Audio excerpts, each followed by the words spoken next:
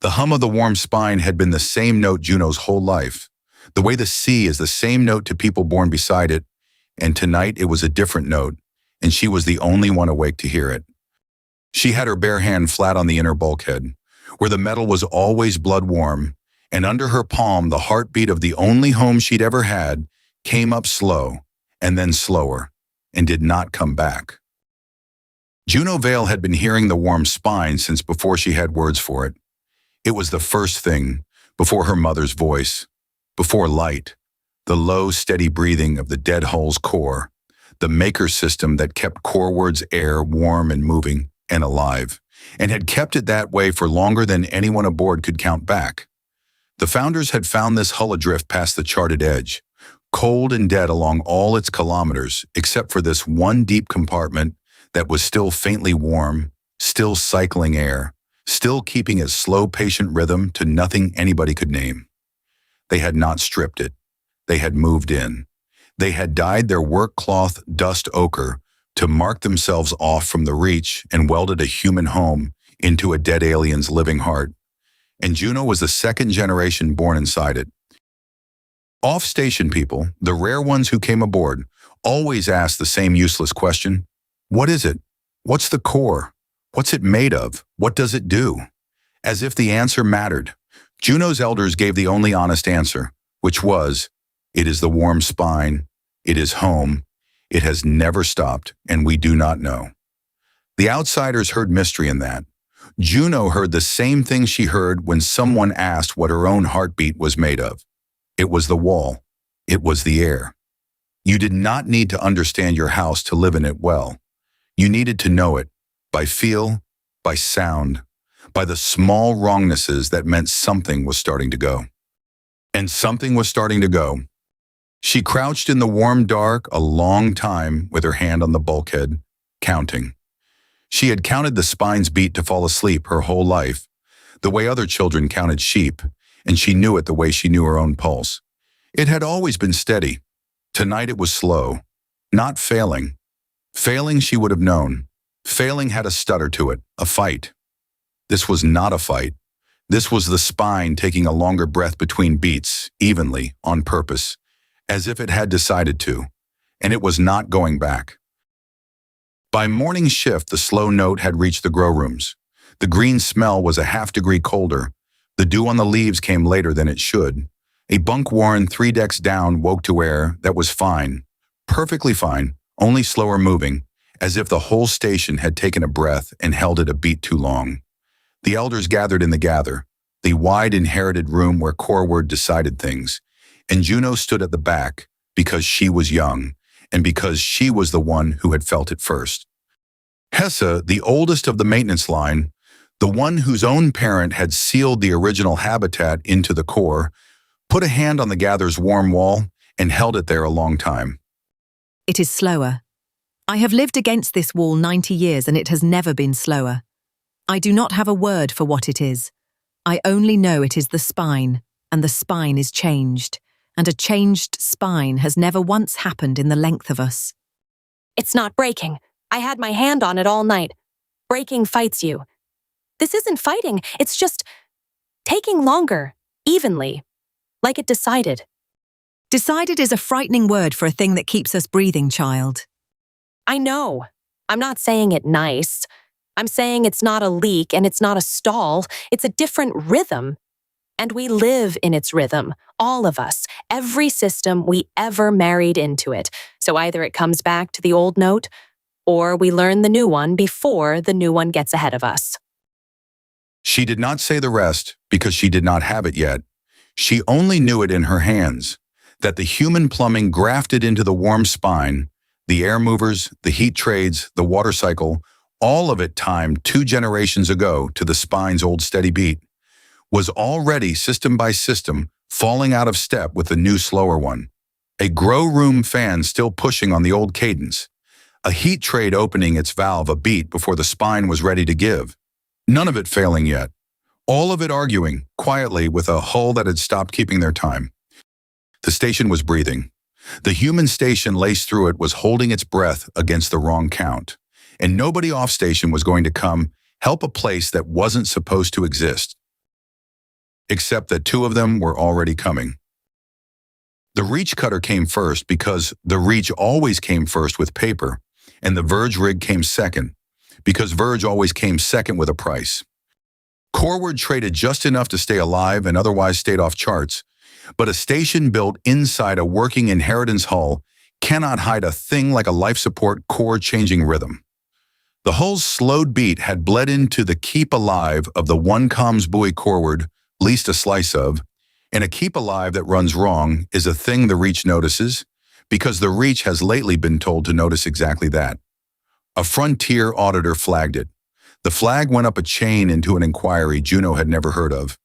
An authority office, a woman named Solheim, collecting every inherited system that had started behaving strangely along the whole frontier. Coreward's slowed spine became a line in that file before anyone aboard knew the file existed. The Reach Cutter's officer was correct and tired and read from a slate. The station was an unlicensed habitat built into uncatalogued inheritance infrastructure. The infrastructure was now exhibiting undocumented anomalous behavior. Per regulation, an inherited system behaving outside documentation in a human-occupied structure was a hazard, and a hazard in a human-occupied structure triggered a mandatory evacuation order pending inspection. The inhabitants would be relocated, the hull would be secured, and a secured, uncatalogued inheritance hull, everyone in the room understood, without it being said, did not stay secured for long out here. It got inspected, and then it got cleared, and then it got cleared of contents. Every part hauled out, because nothing on the frontier was richer than a kilometers-long maker hull with a still-running core, and the people who cleared such things were already on their way. The Verge rig was the ingot, half a kilometer of armature and drone cradles and brute template machinery, and its field lead came aboard under a salvage survey flag the moment the evacuation order made the hull legally strippable pending. Her name was Mara Teng, and she was nothing like Juno expected. Juno had braced for a suit, a brand smile, a price. What came through the lock was a square-shouldered woman in a Reach jumpsuit under a teal-striped Verge vest, with a long pale burn scar up the back of one hand, and the flat, undeceived eyes of someone who had been on the wrong side of a few of these, and knew exactly what was about to happen to Coreward. You want the truth or the survey language? Survey language is, this is a hazard evacuation, and Verge holds the recovery option on a vacated, uncatalogued hull. The truth is, my Combine flagged this site on a map I'm not supposed to talk about. A long time before your spine ever hiccuped. You've been a dot on a list of rich, strange wrecks for years. The change just gave the Reach the paper to open the door. You came to strip my home and you're telling me this to be kind? I'm telling you this because I lost my own thing to a Combine once, and nobody told me the truth on the way down. You've got maybe 2 days before the evacuation order goes from pending to enforced. After that, the rig templates this hull, your spine included. And a template doesn't care what a thing is. It just takes it. If you've got to play, make it before the window closes. I'm not going to pretend I'll stop the rig. I won't. But I'll be slow on the survey for 2 days, because that much I can do and still feed my crew. 2 days. Juno took it the way you take a part you can't refuse, by getting both hands on it. The Reach would not save a place that wasn't supposed to exist. Verge would not save anything it could weigh. The elders could not appeal an order from a hull with no license. The only argument Coreward had, the only argument it had ever had against the dark, against the cold, against everyone who'd ever wanted what it was sitting inside, was that it was occupied. That people lived here and lived here well, in a place the whole galaxy assumed was a dead asset. And the evacuation order was built to erase exactly that argument. Empty the people out, and the home becomes a wreck, and a wreck has no rights. So she could not let the spine fail. A failing spine proved the Reach right. A failing spine was a hazard, and a hazard got evacuated, and an evacuated home got stripped. She had to keep Coreward breathing through the change, keep it visibly, undeniably alive and inhabited, long enough that an order built for a hazard had no hazard to point at. And she could not do that by forcing the spine back to its old note. She'd already tried in the dark the obvious thing, leaned on the human air movers to push harder, drive the cadence, drag the station back to the rhythm she'd grown up on. It had made everything worse.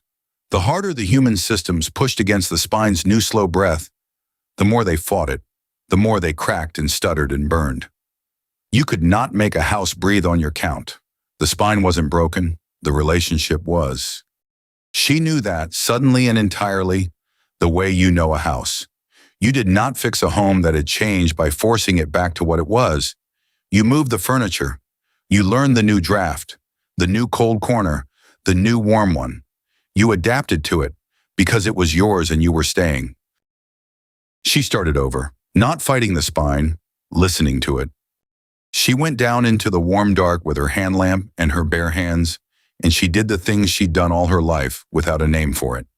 She put her palm on the bulkhead and learned the new beat. Slower, regular, a longer breath, evenly spaced, the same proportion everywhere she touched the hull, bow of the core to stern of it. The change was the whole spine at once, not a fault in one place, but a decision in all of it. She marked the new cadence in grease pencil on the panel beside her, beat by beat, the way her elders had taught her to mark anything you wanted to keep. Write it where you live so you don't lose it. Then she went to the human systems, one by one, the air movers and heat trades and water cycle. Every piece of human plumbing 2 generations of her family had timed to the spine's old note, and she retimed them, not to the old note, to the new one. She walked the whole grafted habitat with the new cadence in her head and her hands, and she taught Coreward's human lungs to breathe slow, with the spine instead of fast against it. It was not delicate work, and it was not clever work, in the way outsiders meant clever. It was domestic work, the work of a home. It was knowing which fan ran rough and would need coaxing, which valve her aunt had set stiff a decade ago and never trusted, which crawlway ran cold and which ran warm, and why. A reach engineer with a full schematic could not have done it because the schematic was 2 generations out of date, and the truth of the station lived in the hands of the people who touched it daily. Juno had those hands. So did the others, once she showed them what she was hearing.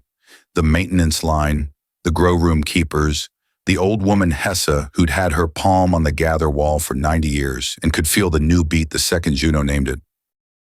Mara Teng found her at it, deep in the warm dark, on the morning of the second day. The field lead crouched in the crawlway, square-shouldered, scarred-handed, watching Juno walk a heat trade onto the new cadence by feel, and was quiet a long time, the way a salvager goes quiet looking at a thing she was trained not to see. My combine has a method for this. You'd hate it. You put a template on the core, you pull it on a fixed routine, even and hard, the same motion every time, and you don't ask what it is. Works on dead hulls. We've cleared 100. Thing is, every one of them, the template treated the hull like an object that resists. Pull harder, it gives.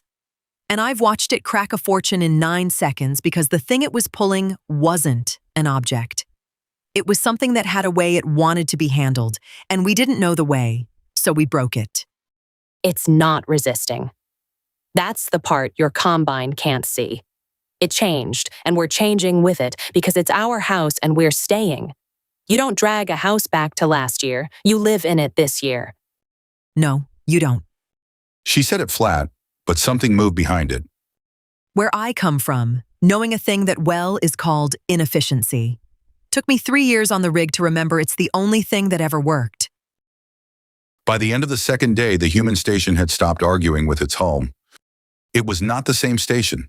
That was the thing Juno would carry afterward. The air moved slower now, a longer pull between drafts. The grow rooms had shifted their dew an hour later, and the keepers had moved the harvest with it. The whole place breathed on a new count, low and even and strange, and a person who'd left a month ago would have stood in the gather and felt that something underneath had changed. But it breathed, every system in step with the spine. The human lungs matched to the maker lung. The home retimed to the heartbeat it actually had instead of the one it used to have. Coreward was alive. Coreward was inhabited. Coreward was, by any honest measure, working. And the reach evacuation order had been written for a hazard, and there was no hazard, only a home that had learned a new note and kept living. That was the argument. Juno just had to make someone with paper hear it. The reach officer came back to enforce the order on schedule, tired and correct, and Juno met the cutter at the lock with the elders behind her, and her bare hands still warm from the spine. She did not give a speech. Her elders had warned her against speeches. Speeches were what off-station people did, and they never worked, because the reach did not run on words. The reach ran on paper, and on what could be measured, and on hazards. So she gave the officer the only thing the paper could not argue with. She walked him in. She walked him through grow rooms green and harvesting, through warrens where children slept warm, past her aunt fixing a fan, and Hessie with her palm on the gather wall, through air that moved slow and even and entirely, undeniably breathing. She put his hand on the warm bulkhead. She let him feel it, not a hazard, not a stall, not a leak, a heartbeat, changed and steady and held. Your orders for a hazard in an occupied structure. Show me the hazard. The air's good. The water cycles. The grow rooms are green. The core is running. Different than it ran last week, sure, slower, but it's running, and we're running with it because we retimed every human system aboard to its new beat in 2 days flat. That's not a hazard, officer. That's maintenance. You don't evacuate a station for being maintained. The documentation says anomalous behavior is a hazard by definition. Then your documentation's never lived anywhere. A thing behaving different than the manual isn't a hazard. It's a Tuesday. We live inside the manual you don't have. File it however you have to, but you put down on that slate that the structure is occupied, stable, and under active, competent maintenance by its residents, because that's what your hand is telling you right now. And a false hazard report's a worse paper crime than an unlicensed home. The officer stood with his hand on the warm wall a long time. He was reach, he ran on paper, but he was also, under that, a person, and the difference between an evacuated hazard and an occupied home under maintenance was a difference his own hand could feel. He could not certify a hazard that wasn't there. A false hazard report was the one paper crime the reach actually punished, because the whole rotten, beautiful machine of frontier licensing ran on the fiction that the paper meant something. He logged it stable and occupied. He noted the anomaly. He had to. The anomaly was real, and it went up the chain to the Solheim inquiry, whether Coreward liked it or not, now as the file's first inhabited data point, a maker system that changed in a place where people lived and kept living. But he struck the evacuation order. A stable occupied structure under competent maintenance had no hazard to evacuate. The home stood. The Verge rig pulled its survey at the order's strike, because a survey flag on an occupied stable structure was nothing, paper over nothing, and Verge did not waste a rig on nothing. Mara Ting came to the lock to leave. She stood in the cold lock light with the warm home at her back and looked at it the way Juno had caught her looking at the heat trade, like a person seeing a thing she'd been trained not to value. For what it's worth, the map that flagged you, it's got a lot of dots on it.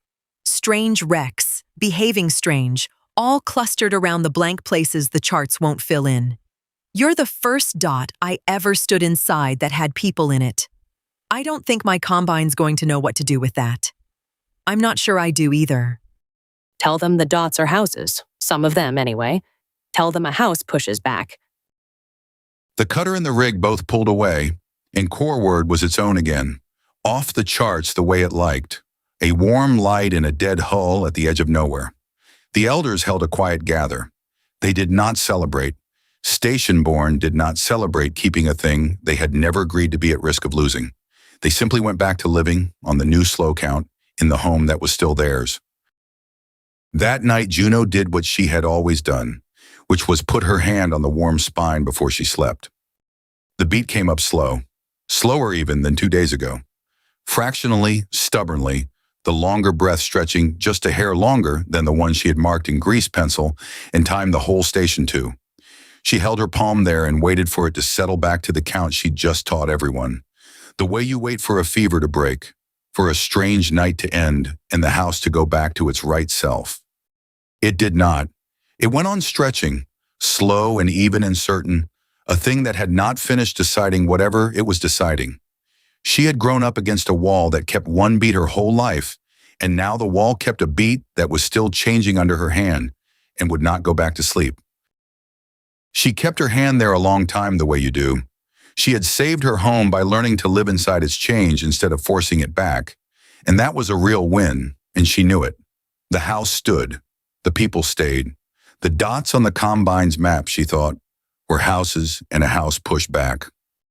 But she had grown up counting one heartbeat to sleep, and tonight it was a heartbeat she did not recognize, getting slower under her palm, while the whole rest of the home she had just retimed lay breathing exactly the count she'd taught it, already, faintly, a half-beat behind. The house was awake now in a way it never was, and it was not going back to sleep.